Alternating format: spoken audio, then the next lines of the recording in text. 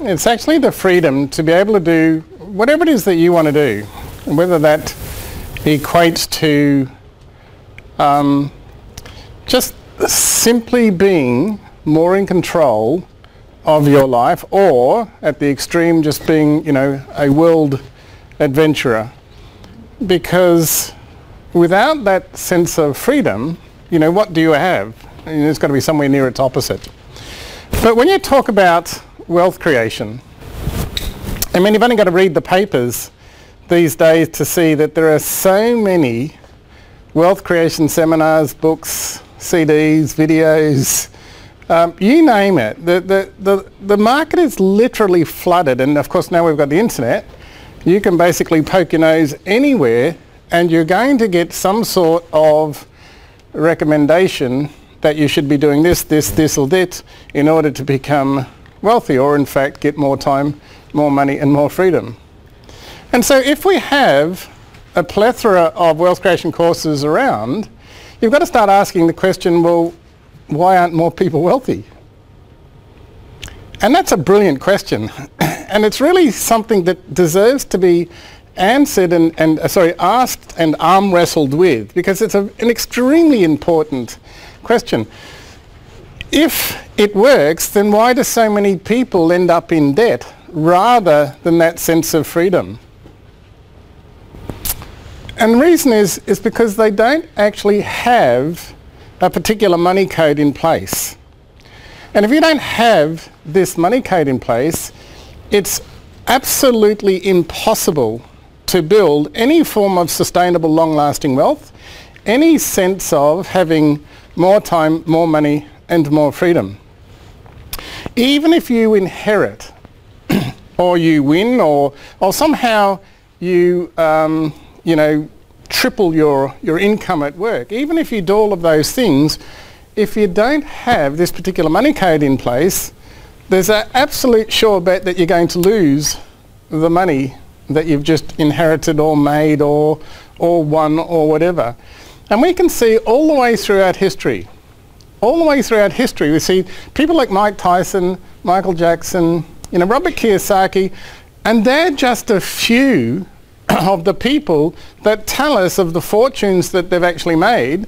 And we're talking multiple hundreds of millions here. We're not talking about, a small amount of money. We're talking about fortunes that they've actually lost. They've made and lost over their careers. And it's for exactly the same reason, is that they didn't actually have this particular money code in place. And so you start thinking about a money code. And it's really critically important that you start thinking about a money code in relationship to the code that's actually driving and shaping the results in your life. And if we start thinking about that, then we can start thinking about, well, how might we change that code? Because it's just like changing the code on a computer. If you don't change the code, then it just keeps running that program unless we change. It doesn't matter how much we argue with the computer.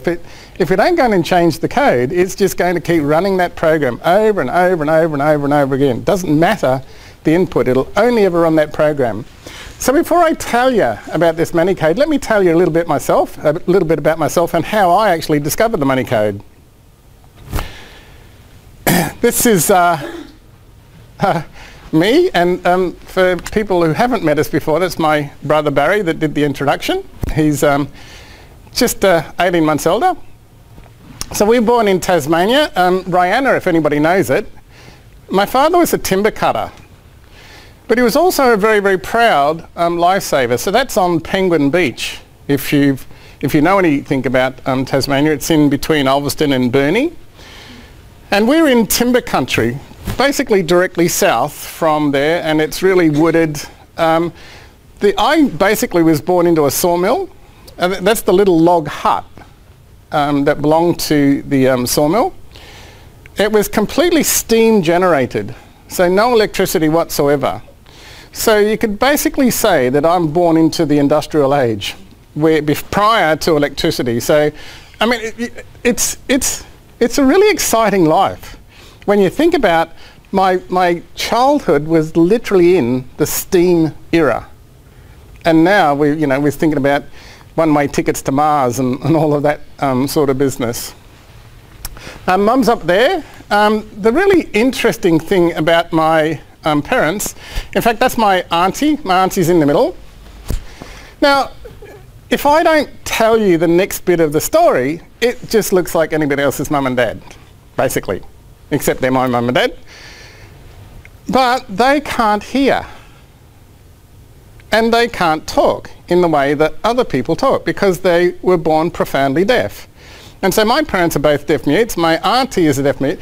In fact, the only person in the picture that can hear and talk is that little girl, which just happens to be my niece. But my niece doesn't know that my parents, or what did they do her?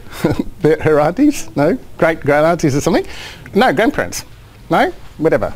But that's the language we use. The way that I communicate to my parents is via my hands. Now, I'm not actually speaking English on my hands, okay? I'm not actually speaking anything, I'm just itching my finger, but sign language is not signed English. It's actually a different language, a different culture, just like somebody else speaks a different language and they come from a different culture. So I am born in a different culture and I am born of a different language. So what I'm using now is my language other than my original language. And it's really interesting, not only the cultural differences that you experience when you grow up in a family like that, but the psychology or the psychological differences that you experience of the minority group in a larger group, in a smallish town, in a smallish little island called Tasmania. Really, really interesting stuff. So there's no doubt that we struggled financially. Basically all our lives. I mean, Dad always wanted 6 children.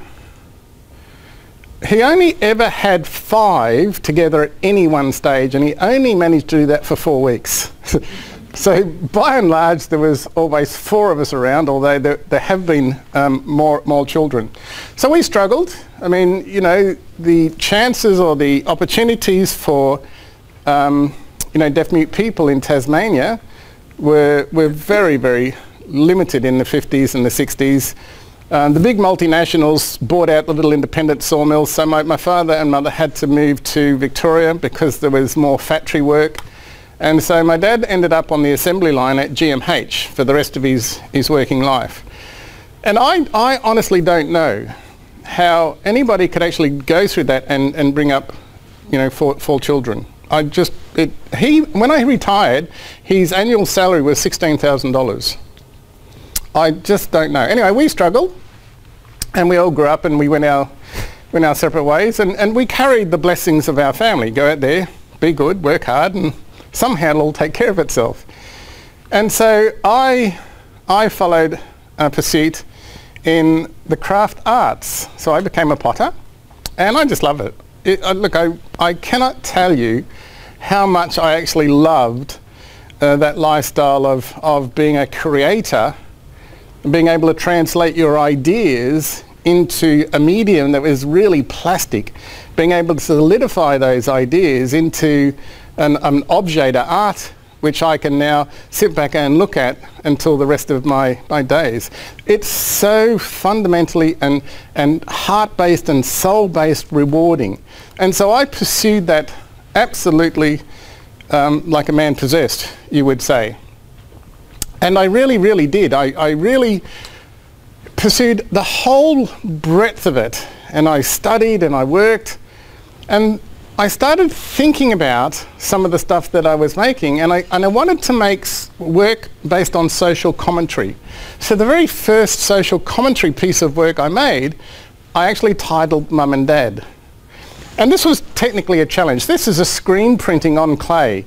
To do that, it's technically really challenging, given that I've got to fire the clay, and slabs are notoriously difficult to get through unscathed. In other words, they crack. So of course, the umbrella is a metaphor for deafness. They've got these words and this language raining down around them, and of course they can't partake and they can't hear.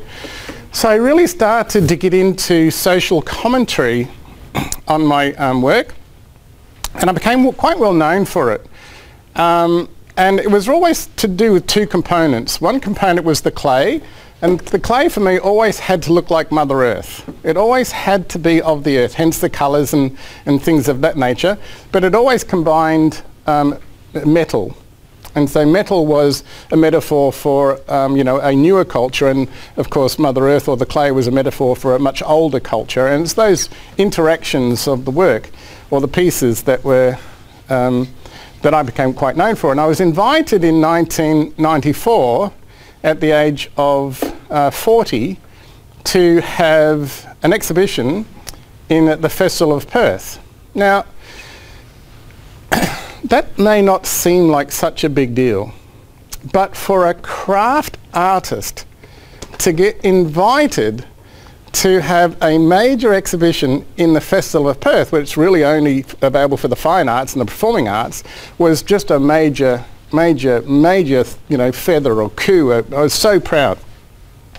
Janet Holmes à Court really was interested in the work that I was doing, so she graciously honoured me with as the opener of that that exhibition. It was in February of 1994.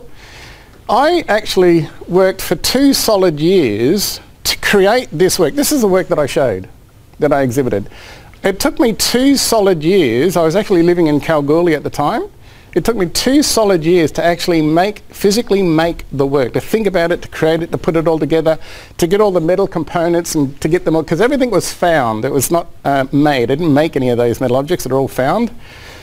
So 2 years, but it took me 13 years of skills acquisition to get the skill to make the work in 2 years. So there's 15 years of my life. And so the show opened in 1994. You know, just about every magazine was there taking photos of Janet Holmes à Court. You know, my mother was there, my parents were there, her mother was there, my mother and her mother got off really like a house on fire. And it was just so good to see. Anyway, had I sold the whole exhibition out, I probably would have got $20,000. It was 1994. Can anybody remember what was happening in 1994 to interest rates and to the recession that we had to have, or we had to have another one because Paul couldn't make up his mind whether we had one or two or whether we wanted another one? I sold $4,500 worth of work. Not even the Gallery of Western Australia could buy a piece because they didn't know whether or not they had a budget. So they put a half a round dot. If there's any artists in the room, you will know what a half a round red dot is. A promissory note. A red dot is I've bought it, okay? This is a half a red dot. They didn't know whether they had the money to buy it. Anyway, they couldn't afford it. They didn't buy one. I sold 7 pieces, $4,500 into my hand, of which a third of that went to the commission, the gallery commission, a third of that went to the taxman. $1,500 I ended up in my hand for 2 years worth of work. But that $1,500 didn't even cover the cost of clay. At that moment, the words of David Henry Thoreau came rushing into my mind, and I literally felt that I was living a life of absolute quiet desperation. I felt that as an artist in Australia, that something was dreadfully wrong if I felt, with all of the skill, all of the expertise, all of the accolades, all of the prizes, if I still felt that I actually had to beg for a living. And it was at that stage that I made a promise to myself. And the promise was that I will never, ever, ever feel like that again. I will never, ever, ever put myself into a position where my life is now controlled by other people. I will never, ever, ever not be free. I will never, ever, ever not control my own destiny. So I started learning. I started learning everything I could about how society works, how money works. I started learning everything I could about my particular money code, where it came from, my parents' money code. I tracked it back as far as I could actually examine that process. And then I started to apply the learning. I started out in 1994 absolutely dead flat broke. I didn't have any money. In fact, I had to move from Kalgoorlie down to Perth simply to find work. And in fact, I started out by getting 4 part-time jobs. Because if I figured I got 1 full-time job, I couldn't do more work. I couldn't work more hours. I could only work the job hours and they weren't going to pay me anymore. So I thought, well, if I worked 4 part-time jobs, at least I could work 24 hours and 7 days a week. I didn't mind the labour. I didn't mind the work. But I desperately wanted the work because I wanted to support my learning. Now, the first thing I learned is go and buy a house. Well, I was broke, dead flat broke. I didn't have any money, didn't have any savings. So I started learning that you could actually borrow X amount from the banks, and then if you took mortgage insurance, they'd give you a little bit more. Well, I still didn't have a deposit. So now I had to go and ask other people to loan me the deposit. But then I didn't have the stamp duty. So now I had to ask other people to loan me the stamp duty. I borrowed every single cent in order to buy that house. And I started reading books, and I wasn't a handyman. I didn't do that sort of stuff at school. I was a potter. But I would spend my waking hours at the trade desks of, it used to be a Bunnings in Osborne Park, and it used to be a BCC, I think, in Subiaco. And they had fantastic tradies that worked at the trades desk, you know, those old guys that just knew everything about everything and how to fix it and how to re-break it and fix it even better. And so I spent my life there, and they told me everything that I read the book and I said, how do you do that? This book is telling me that. How do you do that? This book is telling me that. How do you do that? And they just told me everything. Get this, do that, get this. And I added $100,000 to that house in the first 6 months. So then I borrowed that equity out and I started doing it over and over again. And I used some of that to pay back the people I borrowed the deposit off, the people I borrowed the stamp duty off, etc., etc., etc. And then I started learning about the share market. And I started thinking about, well, okay, so who's the person that's the most successful person on planet Earth in terms of investing in the share market? And it's got to be Warren Buffett. Well, I didn't have to understand what he was saying to do. I didn't have to understand. I just had to do it. I didn't ask him why. If he's saying do it, do it. The why comes much later. So I just read his books and I did exactly what he was saying to do. And then I learnt to trade. And so with the new money code in place, starting from absolute dead flat broke, 3 years and 8 months later, I generated my first net $1 million. And since then, I've been doing it over and over and over again. So you've got to start thinking about, how is your money code formed? Well, if you think about money in our society, we spend basically all of our schooling years, you know, learning to read and write and communicate in order to do what? Basically get a job. And so the only thing that you're really taught about money is that the way that you get it is to go out and work for it. You actually get a job. And it doesn't matter what level you get the job. You can get the job at a basic level, or you can go to a uni and you can get a higher paying job, but it's still a job. So the only way that you're taught in our culture is that the way that you get money is to exchange your time and your labour for it. So that's the first part of the code.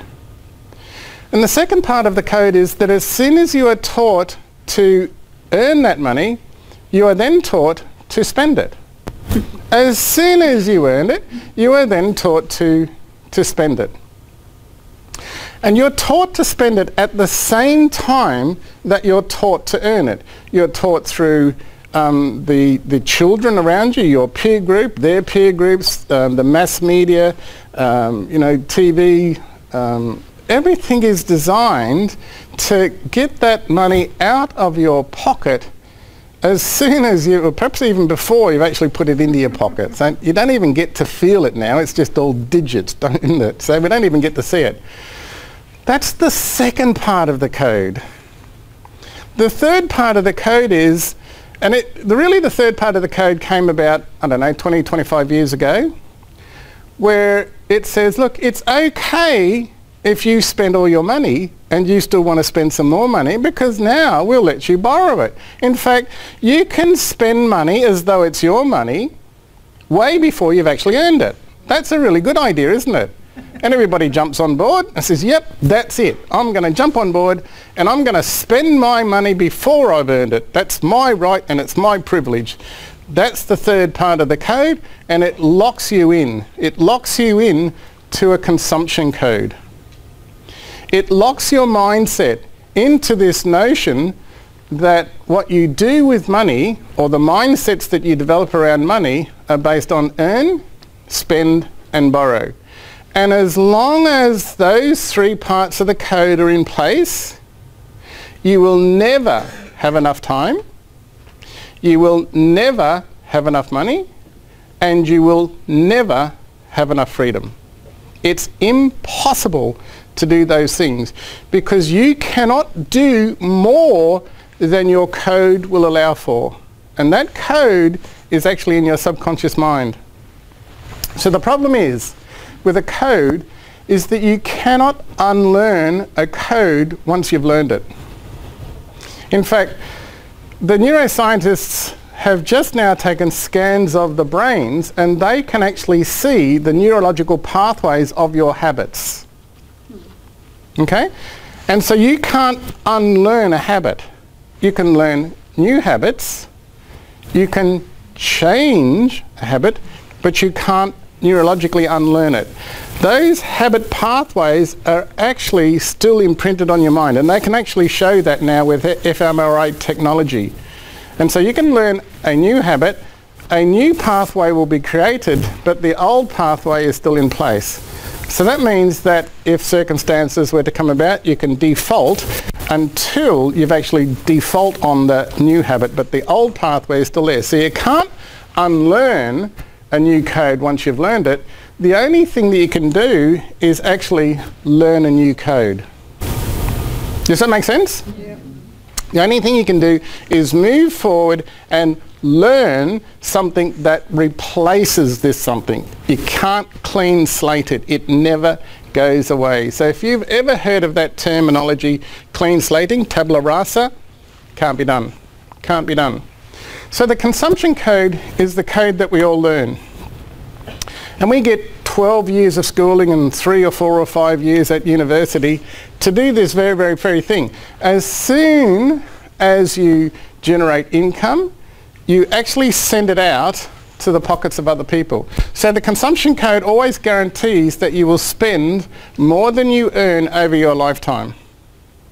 In fact, I'll show you a little bit later on how that happens.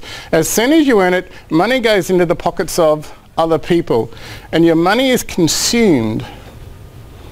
Your money is consumed in patterns of earn, spend and borrow for the rest of your life. Now, thousands and thousands of thousands of people put this to the test. Every single, like millions put it to the test. But without a new code, there's lots and lots and lots, thousands and thousands of people that actually go out and make multiple millions of dollars. So there's thousands of people, example, probably hundreds of thousands, that have made fortunes only to lose those fortunes soon after. And here's a quote from a recent piece of research.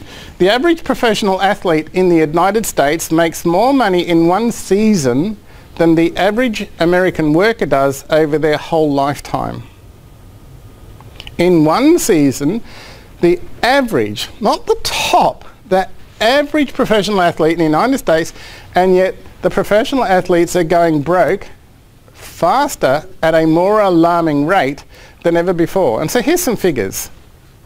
So the average pro basketball player generates $5.5 million a season, and over their playing life they generate around about, the average generates around about $26.5 million. The average pro baseballer, the average, not the highest end, the average generates $3.4 million per season, and over their playing career they generate around about $19,000. The average footballer generates $1.9 million. Just by comparison, the really high-paid Australian rules footballers are around 650,000. Maybe there's a few, a little bit more of that, but nowhere near 1.9. They have a shorter playing career, so they over their life they generate $6.6 million. But 60% of basketball players are filing for bankruptcy within 5 years. Baseball players are filing for bankruptcy at 4 times the national average. And the footballers, 78%. Nearly 80% of all football players are filing for bankruptcy within 5 years.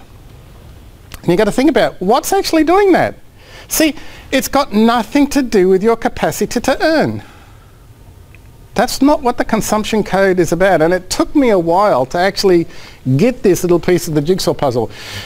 The reason for this is that they never changed their money code from earn, spend and borrow. They never changed their money code. If they never changed their money code, it's impossible to actually build sustainable or long-lasting wealth, or in fact financial freedom.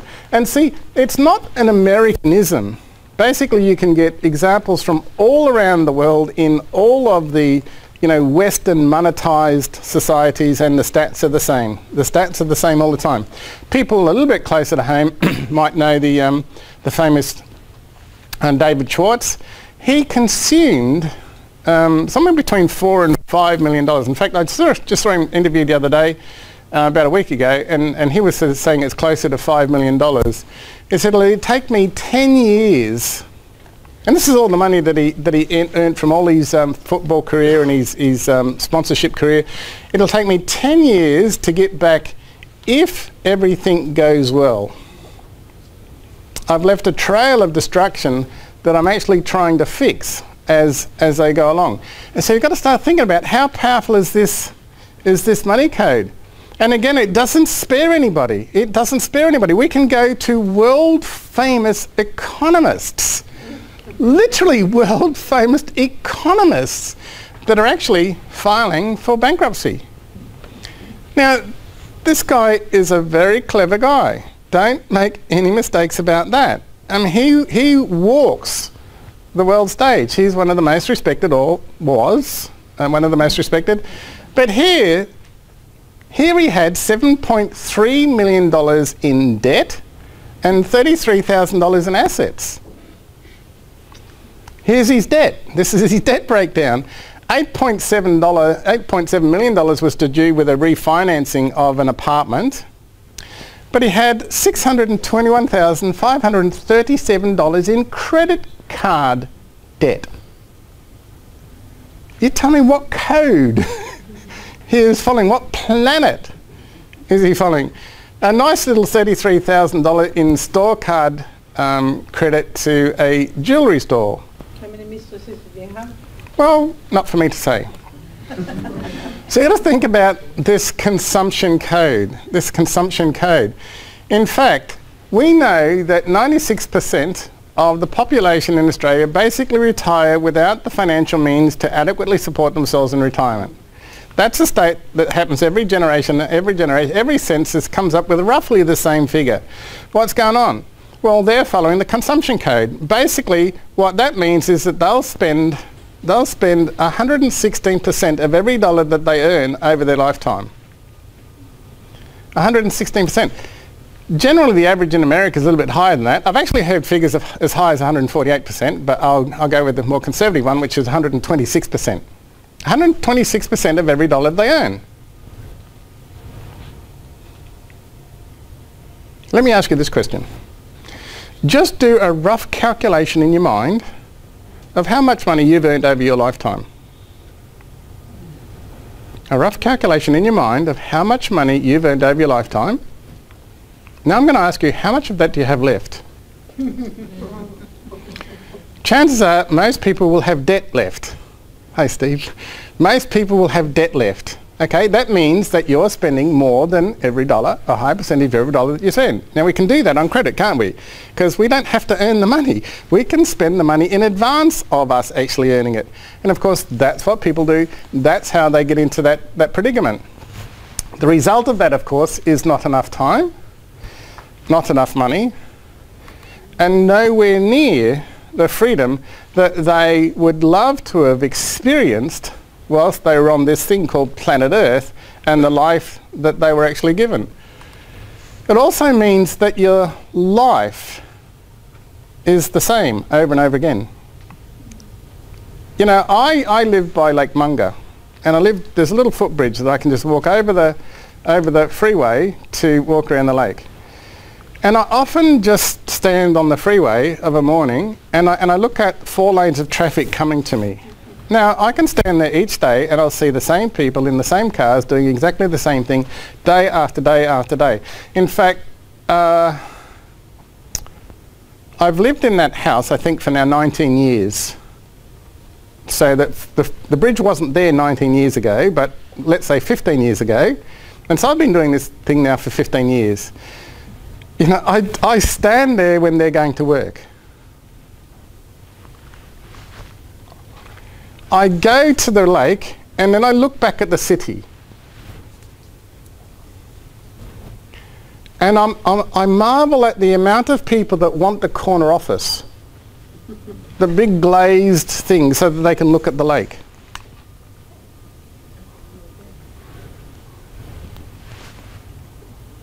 And I walk. I just walk. I'm glad I changed codes. I'm glad I changed codes. If you become restless for change, if you start getting toey, if you start feeling unfulfilled, if you start even remotely thinking, do I have to go this another 3 years, another 5 years, another 10 years, another 20 years? If you start thinking that, then there's a fair chance that you're actually following a consumption code and not an alternative. And you've got to start thinking about the consumption code can never ever help you fulfill your potential. It can't do it. It's not written into the program. You've got to change the program in order to get anywhere near your potential. And yet, how many people try and change their lives with this thing called the conscious mind? Now, if you think about what the conscious mind controls on a daily basis, and, you know, the scientists sort of argue about whether it's 1% or whether it's 5%. They're not arguing about whether it's 5% or whether it's 50%. You know, it either controls 1% or 5% of what you do on a daily basis. So if it only controls 1 or 5% or somewhere in between, then who's controlling the other 99 to 95%? And of course, that's your conscious mind. And so you can only change a program if you actually start working with your subconscious mind, because it's 95 to 99% of the controlling mechanism, but it's actually 1,000,000 times faster than the conscious mind. 1,000,000 times faster. Let's put this down to a horse race. Who would you back? The conscious mind. Let's put this down to F1. Who would you back? The 1910 jalopy, or the super vehicle that travels 1,000,000 times faster? Your money code is actually housed in your subconscious mind. It's not housed in your conscious mind. That's why you can't change it with your conscious endeavours. The amount of money and freedom you experience is literally determined by the money code that is actually imprinted, and I mean imprinted, just the same way that ducks are imprinted to their mothers, chickens are imprinted to. So when an animal sees its mother, we imprint. It's imprinted in your subconscious mind.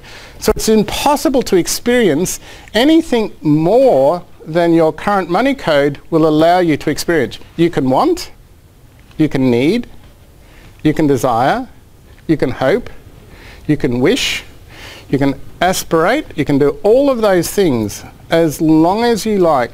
But your subconscious code will never allow you to experience anything that is not written on that code. You can change the code, you can upgrade the code. You'll never experience more time, more money, more freedom until you change the codes that are actually responsible for them. And my big aha moment really came when I realized that the money code isn't about the way that the money is earned. It's actually about the way the money is consumed. And until you get that and start looking at how you're consuming it, Look at how you consume it first, then we can start tinkering with the way that you actually generate it. But if we generate more but you're consuming it in the same way, it doesn't matter how much we generate. You're still going to be, at some stage, not enough time, not enough money, not enough freedom. Your consumption rate is far, far, far, far, far more important than your hourly rate. And yet, how many times do you hear people say, well, I'm worth more than that? No, you've got to pay me more. It doesn't matter how much they pay you. If you consume it at a rate faster than they're paying it, you'll still break. It doesn't matter whether they're paying you 1 million, 10 million. It doesn't matter. So you've got a better quality of cars. So you've got a better quality house. So you've got better quality of cars.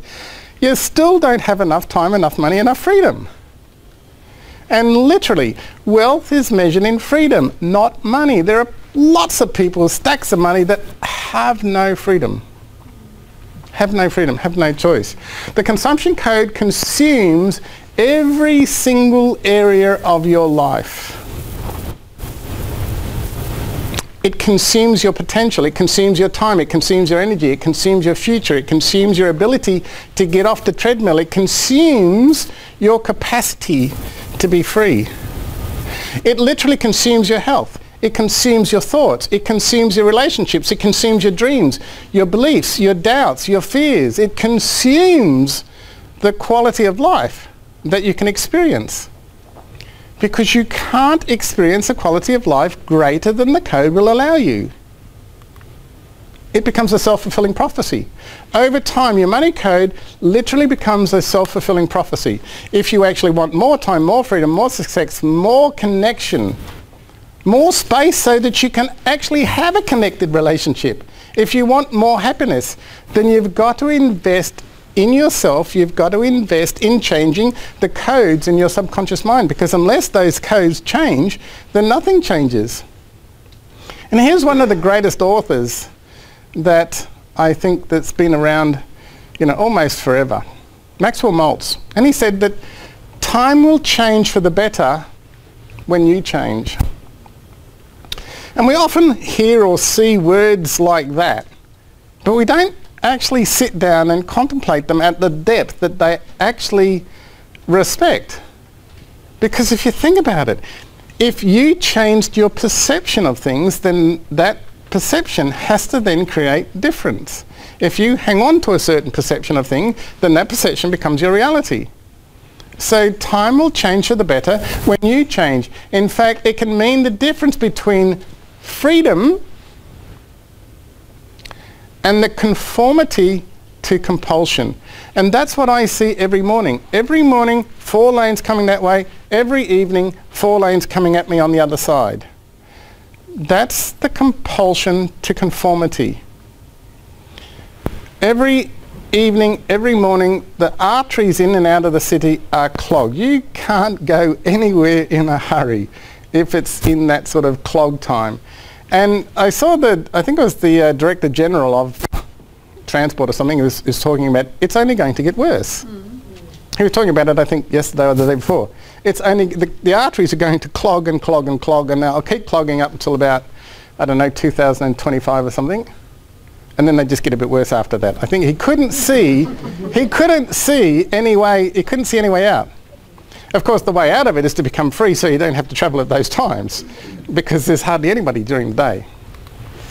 So I decided that I would make this next phase of my life, I would absolutely devote it to mentoring people how to change their money codes only if they seriously wanted to change their money codes. I'm not here to convince anybody that you say that you have to change a code. If your life is where you want it, congratulations. You've got the perfect code in place. If your life at some level is not where you want it, then we've got to start tweaking. We've got to start tinkering. We've got to start tweaking. We've got to start informing it. We've got to start intervening in some sort of process. And so I just am passionate. In fact, I switched my passion from creating in clay to creating in real life. And there's nothing that gives me more pleasure to see more people get the quality of life that they have the potential of gaining access to if they change their code. So basically, when I decided that, I just went and studied like a man possessed. I read just about everything that you can open and you know, and when I say I read, I left school rather early, and I honestly don't think, well, it's not that I don't think, I can promise you that I must have read maybe 5 books in my first 40 years. I can remember in English class in secondary school, the teacher telling me that I had to read Wind in the Willows. Give me the sports page at the back of the Sun newspaper, I would read it. I could not make any sense of reading a book called Wind, so I didn't read it. I had to borrow my mate's like homework, and you know what that means, to get it passed. But I literally read. I actually discovered reading. Reading, and I started thinking, well, okay, I'm going to learn from the best in the world. If I want to offer the best support in the world, then I've got to learn from the best in the world. So I started to, I actually hunted Tony Robbins down. In fact, where that photo is in Andrew Carnegie's dining room at Skibo Castle in Scotland. We were playing golf at midnight. It just around the corner from Loch Ness. It's at Inverness. Get to the Inverness airport, and then you get the helicopter over to the castle. And so I learned. I spent a year just basically wherever Tony was, I was. That little annoying little Australian. And when you see, I was a little an Australian. I learned from Harry Dent. Has anybody heard or read any works of Harry Dent's? So I learned everything that I could learn from Harry Dent. Robert Prechter, anybody heard of Robert Prechter? One of the greatest traders in the world of all time. I think he still holds the world record for the amount of money made in one trade, I think. But that's, yeah, so I was the little Australian. He's a big boy. He's a big boy. And what I discovered is that they all had an enterprise code in place. And they weren't working on a consumption code. In fact, their enterprise code was all about developing mindsets and skill sets for collecting the money that people with the consumption code were only too willing to give away. See, the consumption code gives away 116% of every dollar that they earn. In America, it's 126% of every dollar they earn. They give it away. Who are they giving it to? Well, the people with the enterprise codes. Because they're sitting there collecting every single dollar that people are prepared to spend. And what they're offering in return is value. And value for me is permission. So they're offering these people who are looking to spend the money. It's not that they don't have money to spend. It's not that you don't have money to spend it. It's that you're spending it. Somebody's collecting it. So all we've got to do is change codes. It takes a little bit of toil and a little bit of effort, a little bit of learning, but that's basically what we've got to do. And then you have more time, more money, more freedom. So it's always it's about giving them permission to exchange the money that they're prepared to spend because of the value that you're actually offering them. And every time you offer a piece of value, every time you have a point of value, I call that a collection point. And the more collection points that you open up within your enterprise code, the more freedom you get to experience. So the consumption code basically means that 116% of every dollar, and we know that 96% of the population are working on the consumption code. So the enterprise code, they're giving it to people with the enterprise code. So the enterprise code are sitting over here and they're collecting it because what they have is that they've developed enterprise collection points. And the more collection points that you have, the more freedom that you experience. So collection points are really about developing permissions for the money that people are already looking to spend. It's not that they're not looking to spend it. And if they're not spending it with you, it's simply because you're not giving them permission to spend it with you. They're going to find somebody else to spend it with. It's not that they're not going to spend it. Does that make sense? It's not that they're not going to spend it. They will spend 116% of every dollar that they spend. And so think about collection points. What are people spending money on? Basically, any form of business growth, any form of business development, any form of health-related thing, any form of wellness-related thing, any form of prosperity-related thing, any form of relationship-related thing, and on and on and on it goes. Well, if you learn to develop collection points and open up collection points and then learn the skill of enterprise, because enterprise is a skill, we can go in and recode. We're not talking about multiples and multiples of millions. We're talking about enough to give you the freedom that you seek. It doesn't have to be stacks and stacks and stacks, because the beautiful thing about the enterprise code is that it creates a multiplier effect. And the multiplier effect allows you to generate sources of income from different sources all at the same time. So the multiplier effect is literally the key to the enterprise code. And so when you start thinking about changing from the consumption code to the enterprise code, it literally means using the multiplier effect to generate multiple streams of income, or multiple collection points, or multiple points of entry, if you like, so that your lifestyle, or your ideal lifestyle, becomes a realizable outcome for you. And it actually doesn't take long. It literally only took me 3 years and 8 months to go from a consumption code to an enterprise code. Once I actually understood it, the work doesn't take that long. There is no such thing as get rich quick. No such thing. Because even if you win it without the change of the code, you're going to lose it. So don't let anybody try and convince you you can take a shortcut. Well, they will convince you, and of course that's what you'll buy, is you'll buy the shortcut. But what you're actually buying is a bigger, deeper, darker black hole. Scott Holman, an exciting mind, you know, an extraordinary talent, a business person, lives in the States, and he teaches people the exact same thing, how to move from a consumption code to an enterprise code, although he languages it slightly differently. But basically it's the same thing.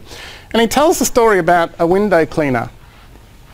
This guy happily had a job, cleaning windows, and he'd been cleaning windows for years and years and years and years and years and years, until Scott says, well, are you happy? No, I'd like more. Well, his more was get more customers.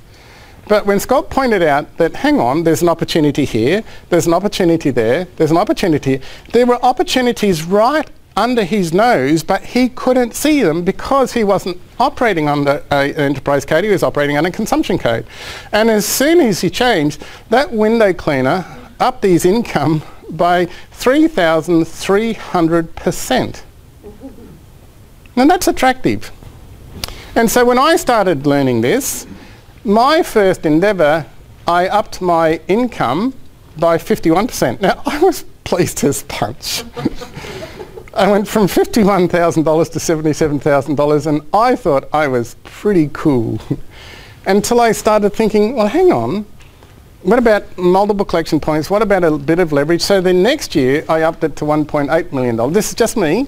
Nobody else was doing it other than me, which is a further increase of 2,337%. And I didn't do so well the next year. I got it up to $3.4 million, which of course, the higher you get, the slower the percentage, but it was still reasonably attractive, and I was quite proud of that. And so that's what I've been doing over the past 15 years. Now, I've been actually sharing that wisdom, that experience, that passion, that ability, that belief in people, that yes, if you switch your code, then it's possible for you to start actually generating more time, more money, and more freedom for yourself.